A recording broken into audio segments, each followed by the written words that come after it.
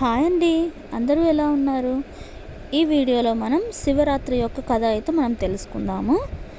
ఈ కథని పరమేశ్వరుడే నేరుగా పార్వతీదేవికి బోధించిన పవిత్ర కథ అండి. శివుడి ఆజ్ఞ లేనిదే చీమైనా కుట్టదు అని మనం చాలాసార్లు వినే ఉంటాము. అయితే ఈ విషయం అందరికీ తెలిసిందే. ప్రకృతిలో దైవాజ్ఞ లేకుండా ఏమీ జరగదు అని ఈ విషయం ద్వారా తెలుస్తుంది. ముఖ్యంగా శివరాత్రి పర్వదినాన ఆ పరమేశ్వరుడు అనుమతి లేకుండా ఏమీ జరగవు. ఈరోజు శివుడి అనుగ్రహం కోసం భక్తులు ఉపవాసాలు, రుద్రాభిషేకాలు, జాగరణలు ఇలా ఎన్నో చేస్తాము. అయితే ఏదో పూజ చేశామన్నట్లు కాకుండా ఏమైనా ప్రయోజనం ఉందా లేదా అని మనం ఒకసారి ఆలోచించుకోవాలి. ఈ ప్రశ్నకు సమాధానం సాక్షాత్తు ఆ పరమేశ్వరుడే ఓ కథ రూపంలో పార్వతీదేవికి చెప్పాడు. అయితే ఇప్పుడు ఆ కథ ఏంటో మనము తెలుసుకుందాం. పూర్వం ఓ బోయవాడు ఉండేవాడు. వృత్తిరీత్యా అడవికి వెళ్ళి జంతువులను వేటాడి కుటుంబాన్ని పోషించుకుంటూ ఉండేవాడు. అయితే ఓ ఉదయాన్నే వెళ్ళిన అతడికి ఒక మృగం కూడా కనిపించలేదు. పొద్దుపోయేదాకా ఎదురు చూసిన ఫలితం దొరకపోవడంతో నిరాశగా ఇంటి ముఖం పట్టాడు. మధ్యలో ఓ సరస్సు కనిపించింది. దీంతో ఏదైనా జంతువు నీళ్లు తాగడానికి వస్తే సంహరించవచ్చని భావించి దగ్గరలోని ఓ చెట్టు ఎక్కి కూర్చున్నాడు. అతడికి ఊత పదంగా శివ అనడం అలవాటు. అది మంచో చెడో కూడా అతడికి తెలియదు. చెట్టు పైనుండి జంతువులు సరిగ్గా కనిపించేందుకు ఆ చెట్టు ఆకులు కొమ్మలు విరిచి పడేసేవాడు. ఇంతలో ఓ ఆడ జింక అటుగా వచ్చింది. దాని మీదకు బాణం ఎక్కుపెట్టగా జింక మానవ గొంతులో తనను సంహరించవద్దని వేడుకుంది. తనను చంపడం అధర్మం అంటూ ప్రాణభిక్ష పెట్టమని ప్రాధేయపడింది. మామూలుగా అయితే అతడి మనసు క్రూరంగా ఉండేది. కానీ ఆ జింక మానవ భాషలో మాట్లాడేసరికి ఏమీ చేయలేక వదిలేశాడు. అలా రెండో జాము కూడా గడిచింది. ఇంతలో ఇంకొక ఆడ జింక అటుగా వచ్చింది. దాన్ని కూడా సంహరించాలని అతడు భావించగా తను బక్కపల్చగా ఉన్నానని తన మాంసంతో తన కుటుంబ ఆకలి తీరదంటూ విడిచిపెట్టమని కోరింది. మరి కాసేపటికి నీకు ఏ జంతువు దొరక్కనట్లయితే తానే తిరిగి వస్తానని వేడుకుంది. మొదటి జింక కూడా ఇలాగే పలికేసరికి ఆశ్చర్యపోయిన వేటగాడు తన ప్రాప్తం ఇంతే అనుకొని దాన్ని విడిచిపెట్టాడు. ఇంకో జంతువు కోసం ఎదురు చూడసాగాడు.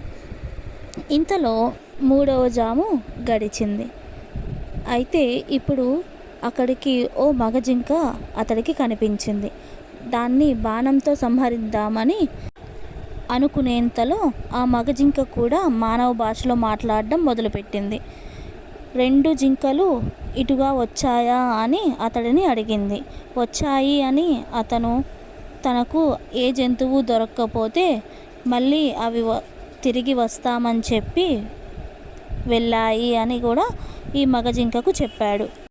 అప్పుడు ఆ మగ జింక అయితే ఆ రెండు జింకలను ఓసారి చూసి వస్తానని అప్పుడు తనను చంపమని పలికి వెళ్ళింది. ఇంతలో నాలుగో జాము కూడా గడిచి సూర్యోదయమైంది. తనకు మాట ఇచ్చిన మూడు జింకల కోసం ఎదురు చూస్తూ చెట్టు మీదనే కూర్చున్నాడు వేటగాడు. ఇంతలో మరొక జింక దాని పిల్ల అటుగా రావడం గమనించాడు.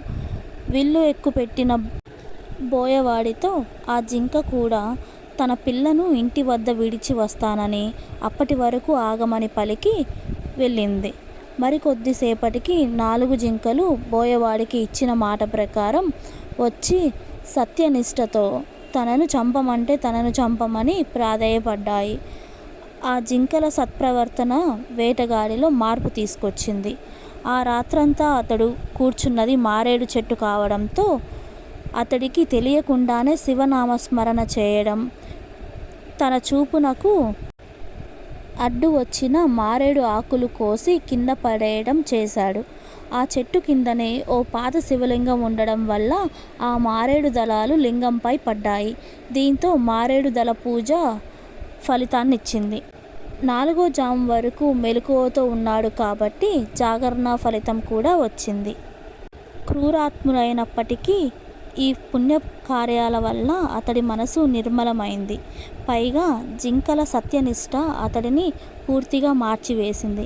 శివరాత్రి పర్వదినం అని తెలియకపోయినా అనుకోకుండా చేసిన పూజా ఫలం వల్ల అతడు హింసను విడనాడు. జింకలు తమ సత్యనిష్టతో పరమేశ్వర అనుగ్రహం పొంది మృగశిర నక్షత్రంగా మారాయి. వేటగాడు ఆ నక్షత్రానికి వెనుక ఉజ్వలంగా ప్రకాశిస్తూ లుబ్ధక నక్షత్రం అనే పేరుతో నిలిచిపోయాడు. హింస చెయ్యాలనుకున్నప్పుడు క్షణకాలం ఆగి ఆలోచిస్తే మనసు దాని నుంచి మరలుతుంది. జింకలను చంపడంలో కాలయాపన చేసి బోయవాడు చివరకు అహింసావాదిగా మారగలిగాడు. అంతే అండి, ఈ కథని శివుడు పార్వతీదేవికి బోధించాడు. ఈ శివరాత్రి కథ మీకు కనుక నచ్చినట్లయితే ఈ ఛానల్ని లైక్ చేయండి, షేర్ చేయండి అండ్ సబ్స్క్రైబ్ చేసుకోండి. మరిన్ని వీడియోస్ కోసం ఈ ఛానల్ని సబ్స్క్రైబ్ చేయండి. థ్యాంక్ యూ అండి.